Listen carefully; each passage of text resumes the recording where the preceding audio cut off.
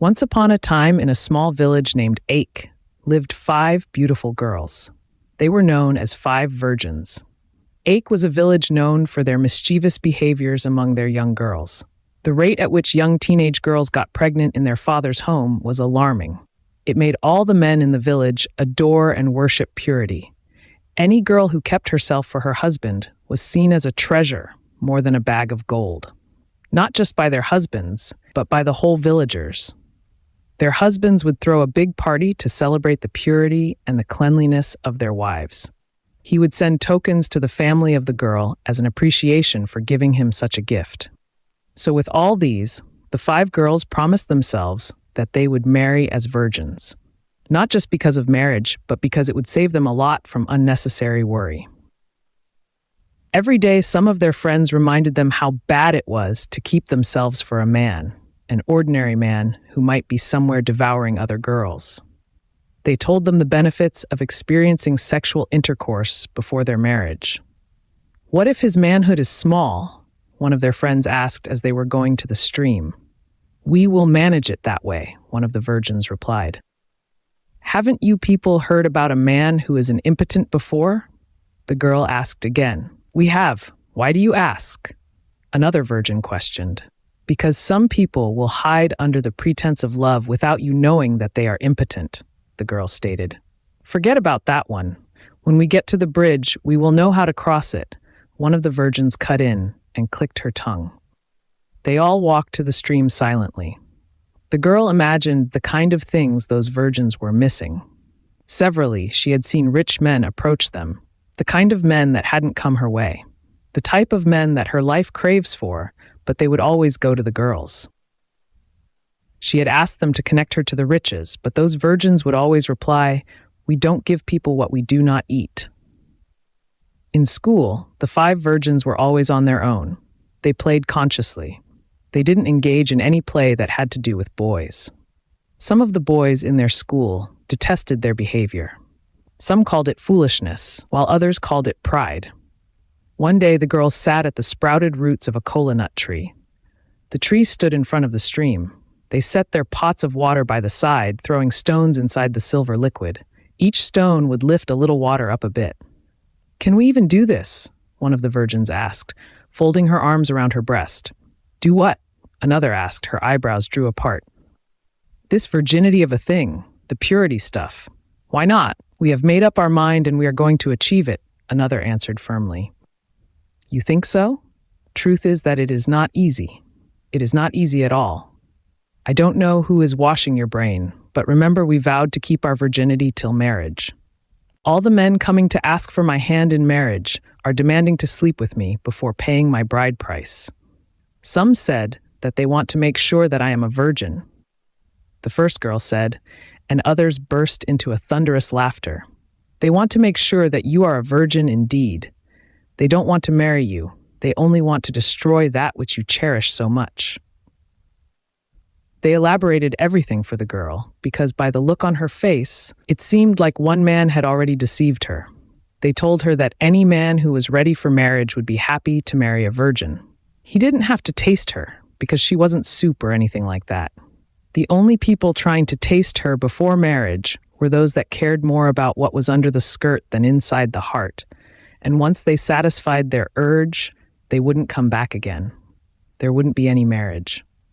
It was as simple as ABC. They gave the girl examples of those that had fallen into such traps. Those that lost their virginity with the hope that the man would marry them, but marriage never happened. One of them shared a sorrowful story about a girl who kept her virginity till her 30th birthday. It was immediately after celebrating her 30th birth that she met a man that promised her marriage. The girl was happy, and when she visited the man in the city to know where he lived, she told the man that everything about sexual intercourse would happen after marriage, and the man agreed. One day, the girl woke up in the man's bedroom to see herself with bloodstains. She checked herself and found out that her inner wear was no longer on her. Then she felt a fierce, sharp pain inside her. It was then that it dawned on her that her pride had been taken without her notice, without her permission. She went outside to ask her husband-to-be why he had done such an awful thing to her, but the man was nowhere to be found. When the man returned, he denied it all. He said that he wasn't the one that flowered the girl, that the girl was never a virgin before. Like play, he pushed the girl out of his house. He didn't marry the girl again. One of the virgins breathed out gently and sadly, "This is why you must maintain your stand as a girl, because the same men that would praise and appreciate you for keeping your virginity tomorrow are the ones trying to defy you today. We must be careful out there, especially the kind of friends we keep." As they were talking, they heard the sound of footsteps approaching from their back. They turned immediately to see the 10-year-old prince with 4 hefty bodyguards. Those girls were terrified. They knew the kind of human being the prince was. Even as a small boy, everyone in the village feared him. They named him Lion of the Jungle. He was exactly like his father. No one dared speak in his front or looked at him unless he permitted you. The girls placed their water pot over their head, and gently they began to walk away, their eyes downcast. They swooped low and greeted the prince. Then abruptly the prince turned, pointing his finger at one of them. "Do I look so small that you can't greet me?" he snarled. The girl scanned him from head to toes. If not that he was a prince, the girl would have entered the bush, cut a stick, and flogged the hell out of him. But now she had no such power, so she swallowed hard, and with her eyes still on the floor, she said, "My prince, I greeted you very well. Are you now calling me a liar? I said that you didn't greet me and—" The little prince barked. "My prince, I greeted you," the girl said, her voice trembling. Her friends stood at her back, their eyes downcast. "Did any of you see when she greeted me?" The little prince asked the girls. All the girls nodded their heads and said that the girl greeted him. It made him angry, more angrier than a wounded lion. With his small body, he spun around, turned to his guards. "Show them why they are calling me the little lion. Tell them that I am the son of my father," he barked. As the guards were about to enter the bush to fetch sticks, he called them back with a wave of his palm. "I don't want that cane. Use the thing in between your legs to flog them. Flog them so hard that they won't forget the day they called their prince a liar," the prince said. The girls tried to run, but the guard brushed them down. All their pots of water broke. They pleaded with the prince to give them another punishment, to leave their pride for them. They cried, wailed, but the prince stood firm, urging his guards to go on. The guards tore their clothes, took away their pride, their dignity, and in fact, everything. As they lay down on top of the brown carpet leaves inside the bush, they wondered why no one had come to their rescue. Why did he do what he did, and how they would face the outside world. They knew that no one would believe them, that no one would fight for them. So they decided to end it all. They moved quietly past the stream, down to the big river. They turned back, looked at the path that leads home, nodded their heads. It was finished, they said in unison, and jumped inside the river. As the sun began to set, all the families of the 5 girls began to look for them. They knew that the 5 of them were always together. They wandered around the whole village, asking people if they had seen them. It was after about 1 hour of searching that one of their mothers screamed, "My daughter has not returned from stream. You are right, including mine," others chorus. And they all matched to the stream along with others. No one noticed the broken pots on their path. Their focus was on the stream. The moment they reached the stream, they began to yell their names one by one. They yelled and screamed, but no one answered. Men searched across the bush. Some climbed up the trees, some crept like snakes. After searching, they all gathered in front of the stream. Their mothers and siblings had started crying, beckoning them to come out. Some people were there consoling them, comforting them with words, giving them assurance that their children would come back. "Who did this? Where are our daughters?" Their mothers lamented. As they were about to leave, one of the men flashed his torchlight on something. It was the broken pots. "People, come and see!" They all rushed to the place. "Is this not broken pots?" the man asked.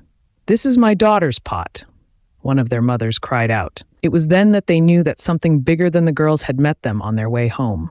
Their families started to wail. They screamed and cried out. Mothers flogged themselves on the ground. "Who did this to our daughters?" they cried. Their fathers subdued their tears and pain. It was what the world expected of them. Men do not cry, they don't shed tears. It was the duty of a man to console his wife. In order to do what the world wanted them to do, they gnashed their teeth hard and waved their heads this side and that side continuously. The next day, some fishermen found their bodies inside the river. It was something that had never happened in that village. How could 5 girls drown in the river at the same time? What did they go to the river to do? Perhaps someone killed them and threw them inside the river. All these questions were what their parents' thoughts, but no one knew the answers. The news began to spread around the whole village that the 5 virgins had drowned in the river. No one knew how it happened or why it happened, but some people said that they were from water. Others said that they knew for a long time that they were not keeping their virginity for a physical husband, that they were doing it for their spiritual husband, those ones inside the river.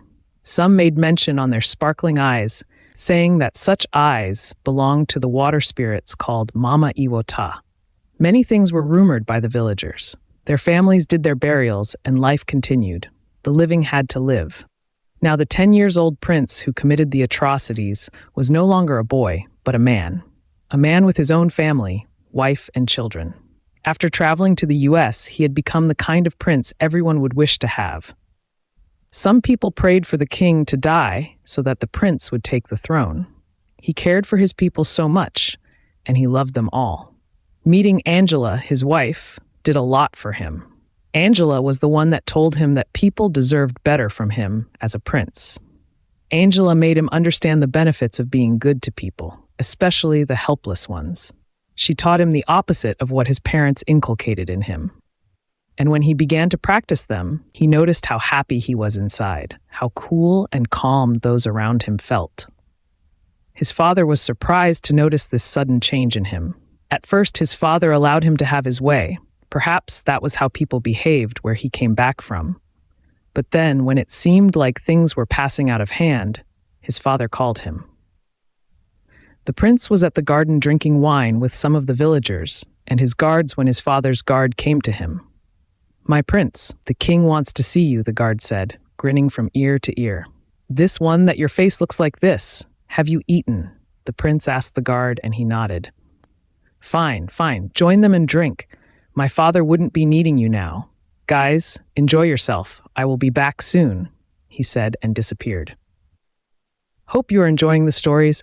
Please leave a comment below and subscribe to my channel. Thanks.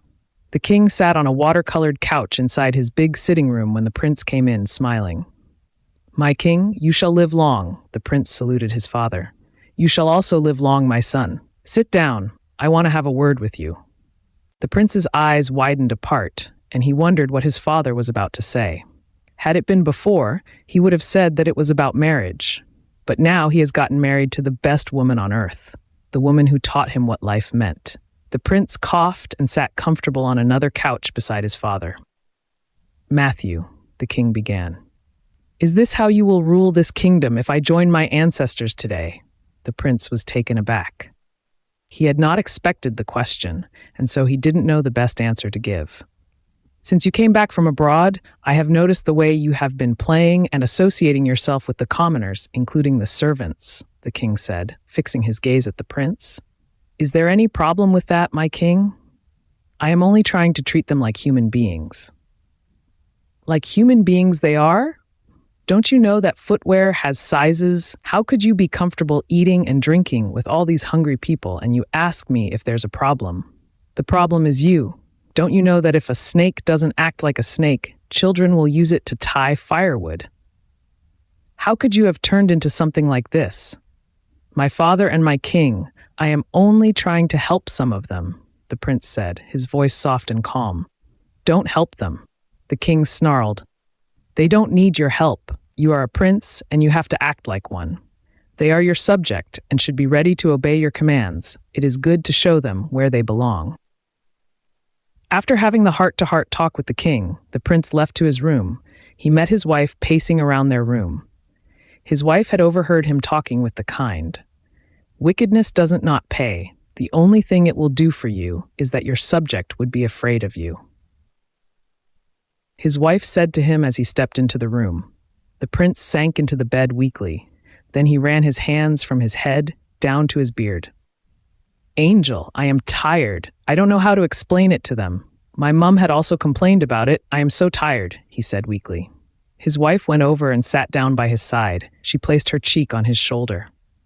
"My love, you don't need to explain it to anyone. You are a mature and an intelligent man. You know what's the best, and you should do it. I am not saying that you should create a room where your subjects would start seeing you as nothing. All I am saying is that you shouldn't be cruel to them. They are humans." The prince listened quietly. He had always believed in his wife's wisdom. Angela wasn't just beautiful and intelligent. She had a high capacity of wisdom when it comes to many things. The prince wasn't the type of man who believed that women meant nothing and had nothing to offer in things that mattered. He had always sought his wife's view in most of the decisions he made at his office, and as usual, the end point was always amazing. And now, as he stroked his wife's head, he listened quietly. "You know," his wife continued, "the first day I met you in Lagos, I thought you were a monster." The prince looked at his wife with dreadful eyes. His wife chuckled and gave him a little push on his head. "Don't look at me like that. The way you screamed at my driver that day made me terrified. Like my driver nearly urinated on his clothes. Your eyes were red like palm oil. I was quite at the back seat observing the way you were vibrating, hurling insults at my driver. I didn't want to get involved, you know, but something made me change my mind." "What?" the prince asked, his voice not more than a whisper. "While you were barking, you said, 'What would I tell my father that happened to this car now?' This particular word made me understand that you were not doing what you were doing because you wanted to, but because you were answerable to someone. And then I began to wonder why a man like you would be afraid of your father. That was when I came down and asked you how much it would cost to repair the damaged part. You shrugged and said that I should leave it. It all surprised me. And then we both met at the airport again, boarded the same flight. And when I came very close to you, I noticed that you were only reacting to what your parents fed you, that you weren't a bad man, that you had a pure heart. So I decided to feed you on another thing, things different from what you had consumed as a child. I am glad I did, and I will always thank my God that my driver scratched your car that day, because that was why we are here. That was our first meeting place. See, Matthew, love, I don't want you to be hostile to your subject. All I want is love and unity, as a prince, king, father, and husband. You have to become a computer so that I can store information inside you. After 15 years, you still remember all these things, the prince said, tickling his wife. My brain is more powerful than any computer. Angela chuckled. Just tell me whatever it is, and you are good to go. Come back next 100 years, and I will tell you how it happened. They both laughed at their jokes. Then his wife continued to preach to him the need to be a good leader. Why should he be more interested in his community's growth more than their praises and respect, especially those ones that would come in place of fear? He reminded the prince many things he needed to do as a prince, and the ones he would do after he became a king. Mum, their 6-year-old daughter called. Baby, I am here. What do you want? Angela answered. She was about to tell her to come in when her husband pleaded with her. Please tell her to go and play. I don't have the strength to carry anyone. I am tired. Baby, go and play outside with your siblings. I will join you later. All right, Mum. Did you see Dad? The little girl asked. What? Angela retorted, staring at her husband who was giving her sign to say no. Mum, I'm looking for Dad. Did you see him? No, I haven't seen him for a while now. Go outside and look for him. The moment they noticed that the little girl had left, the prince inhaled and exhaled heavily. I don't have her time now, he said, throwing himself on the bed. The prince listened to his wife's advice. He continued to associate with his people, living in harmony and in peace with them. All the villagers showered him with love, including the child in the womb. When he passed by, children would jump up in excitement. The prince is passing. The lion is passing. This particular one made him happier. At times he would park his car, play a little with them before going his way. This made some of their nearby villagers envious of the people of Ache. They said that their prince would turn their village to London City if he ascended the throne of his father. Well, the people of Ache believed them. After all, their prince had traveled to London. It never occurred to them that their prince had traveled to the US instead of London.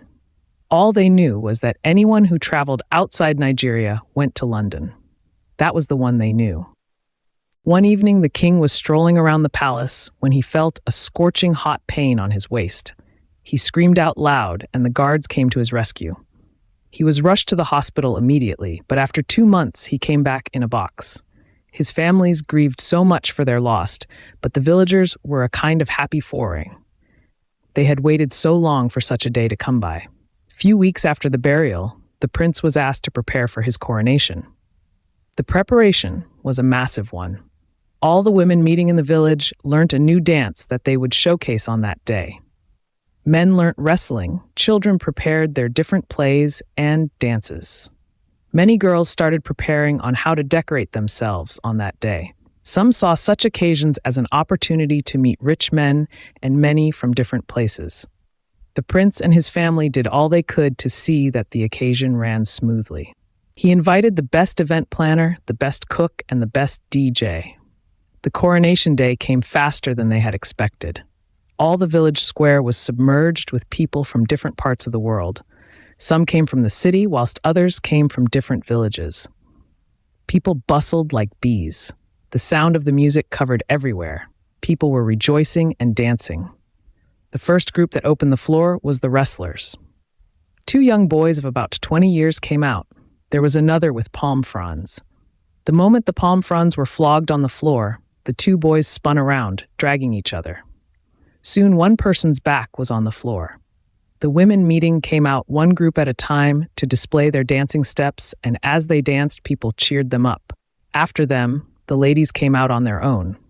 All the ladies were decorated with the juice from Uri fruits. Some used the juice to draw a pattern like palm tree from their navel down to their waist.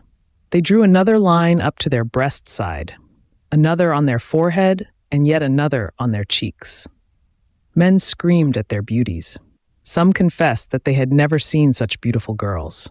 All the girls were sparkling and glistening like morning stars. Their charcoal-skinned color gave the whiteness of their even set of teeth away. It made it more visible and transparent. As they danced, they smiled and waved their white handkerchief this side and that side. People stared at them without a blink. After all this entertainment, the food and drink were served. Everyone got the type of food and drink they wanted. Everything was in abundance. The prince made sure he provided more than enough. It was after this that the chief priest saluted his forefathers and beckoned on the prince to come out. As the prince stepped forward, many people screamed joyfully. They said that he deserved it, that it was his right. The prince stood in front of the chief priest. "My prince," the chief priest began, "today is your day, the day you will do what your ancestors did. A snake doesn't not begot what is short. You are really the son of your father." The chief priest wiped spit out of his mouth with the back of his hands. "I am not supposed to ask you this, but it is part of our tradition, so I must ask. Have you killed any man or woman?" All the villagers screamed at the chief priest. They were running out of patience. Some asked, how could the chief priest even ask such a question to someone like the prince? The moment the noise died, the prince said no, he had not killed anyone. "I know you haven't killed anyone, but I am following the procedure. My prince, have you done anything that could make anyone take his or her life?" The prince thought for a while and shook his head. All the villagers rejoiced, their loud voices echoing from far and beyond. Angela, the prince's wife, danced around in happiness. His mother rejoiced. The chief priests asked the prince to stretch his hand, and as the prince did, he wore his red bangle beads. The prince lowered his neck, and the chief priest wore another red bead on his neck. The chief priest took the crown, turned it this side and that side for people to see, but as he was about to place the crown over the prince's head, the crown fell down. Everyone's eyes widened in horror.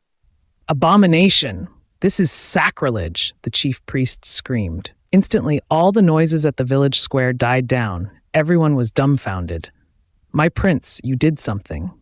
Think very well. Let me see your palms, the chief priest said with a commanding and angry voice. The prince stretched his hands weakly. His face had turned to something else.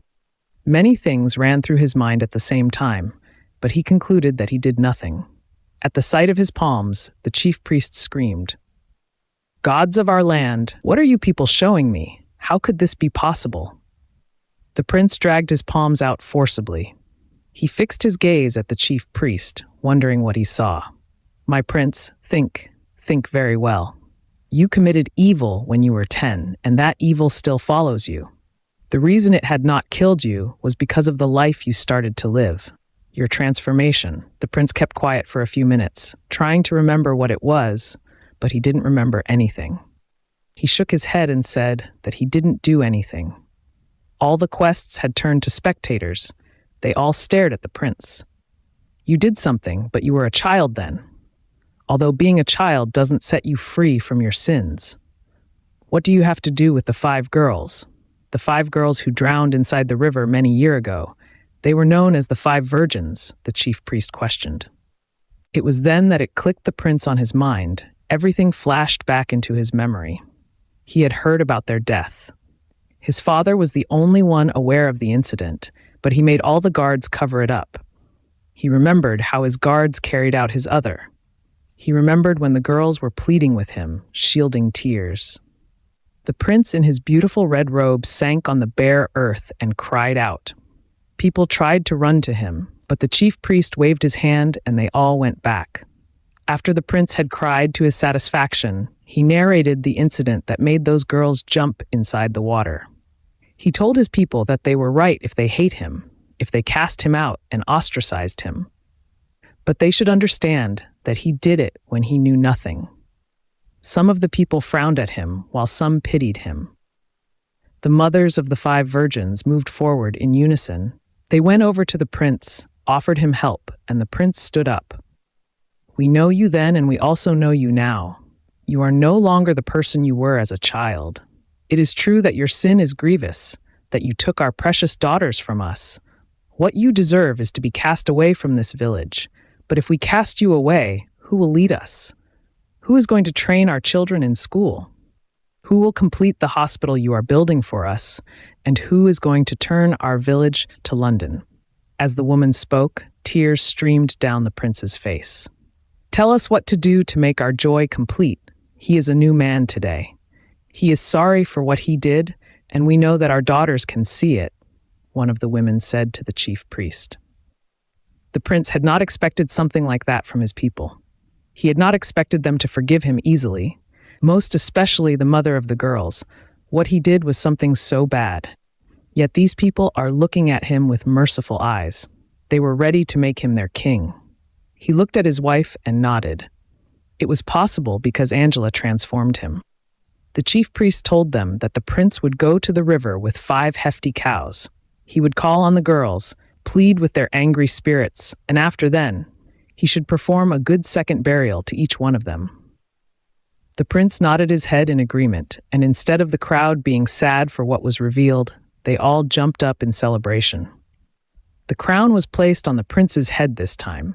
People rejoiced and danced to their satisfaction. This showed the prince how much his people loved him. The next day, the prince did what he was asked to do. Hope you enjoyed the stories. Please leave a comment below and subscribe to my channel. Thanks.